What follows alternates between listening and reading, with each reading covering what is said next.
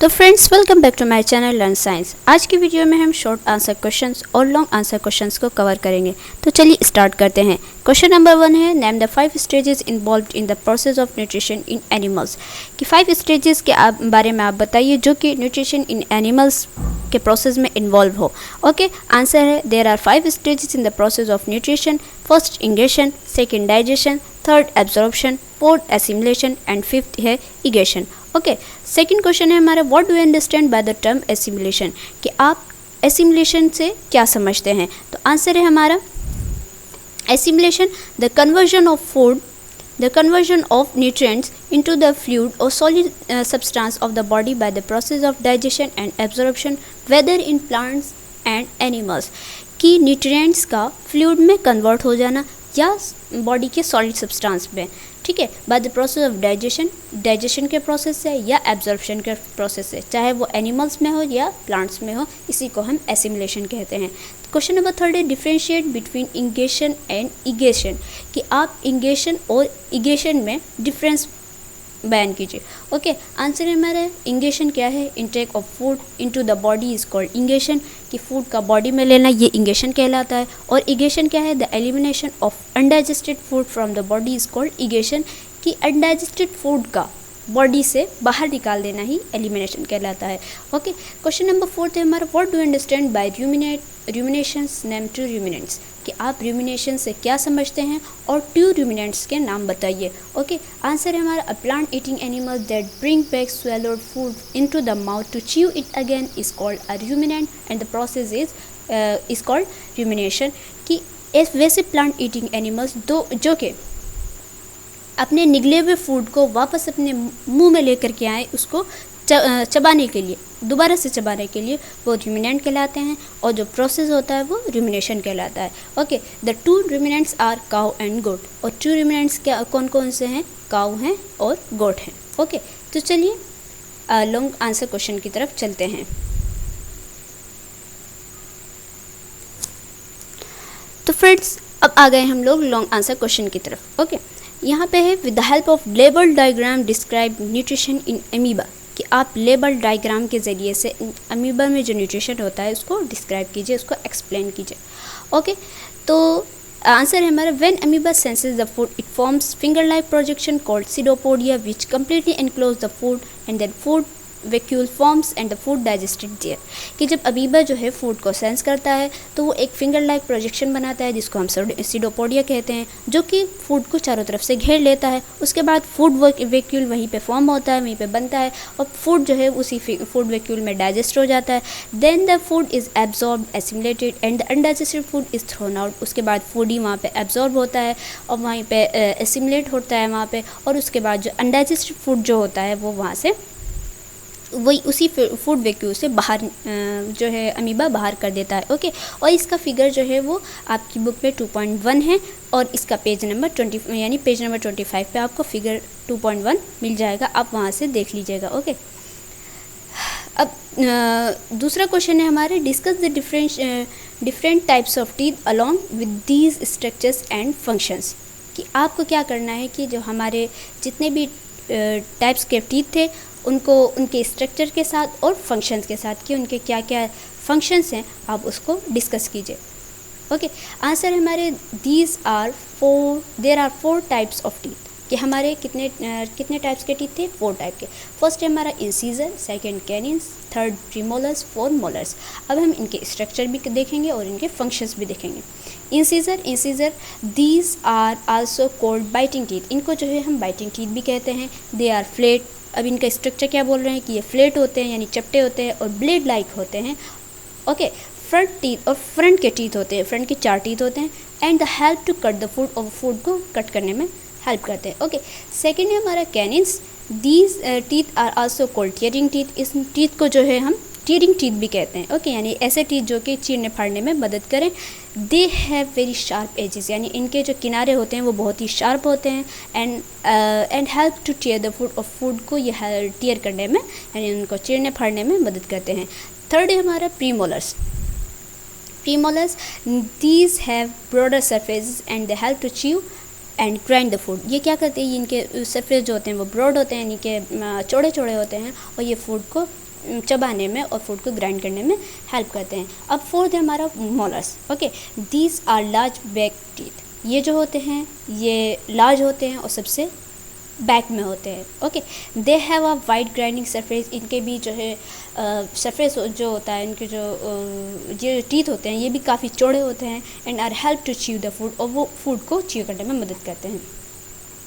Question number third है, with the help of diagram describe how food gets digested and assimilated in the human digestive system. कि आप diagram की help से हमें बताइए कि फूड जो है वो कैसे डाइजेस्ट हो जाता है, फिर एसिमुलेट होता है ह्यूमन के डाइजेस्टिव सिस्टम में। ओके, आंसर है हमारा डाइजेशन, क्योंकि सबसे पहले डाइजेशन के बारे में पूछा इन्होंने, तो सबसे पहले डाइजेशन के बारे में बताते हैं। The process of digestion start from the mouth where the food mixed with saliva. कि डाइजेशन जो है वो माउथ से शुरू हो जाता है, जहाँ फूड जो है वो सलाइवा से मिक्स होता है। Then it passes through oesophagus into the stomach, फिर वो ओसोफेगस के जरिए से स्टमक में पहुँच जाता है। The inner wall of stomach secrete digestive juice which help in the break down of the proteins.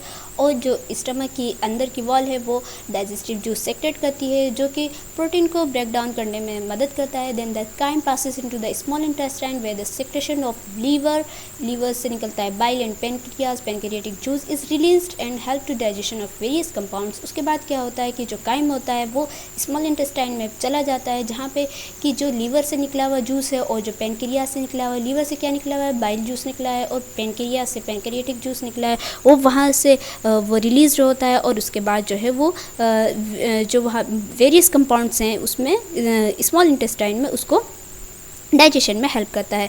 उसके बाद उन्होंने पूछा था एसिमुलेशन के बारे में। In this process the nutrients that absorbed by villi are transported to the liver. कि इस प्रोसेस में क्या होता है कि जो विलाई ने जो एब्जॉर्ब किया था न्यूट्रिएंट्स को, वो लीवर में यानी कि बॉडी के जो रेस्ट पार्ट है यानी लीवर में वो ट्रांसपोर्ट हो जाता है। And the glucose is broken down into carbon dioxide and water with the help of respiration. और ग्लूकोज जो है ये यानी जो फाइनल प्रोडक्ट बनाता है हमारा, वो क्या होता है, वो कार्बन डाइऑक्साइड में और वाटर में ब्रेक डाउन हो जाता है और रेस्पिरेशन की मदद से। ओके, इसका भी फिगर आपका जो है ये 2.4 है और पेज नंबर 29 पे आपको आपकी बुक में मिल जाएगा।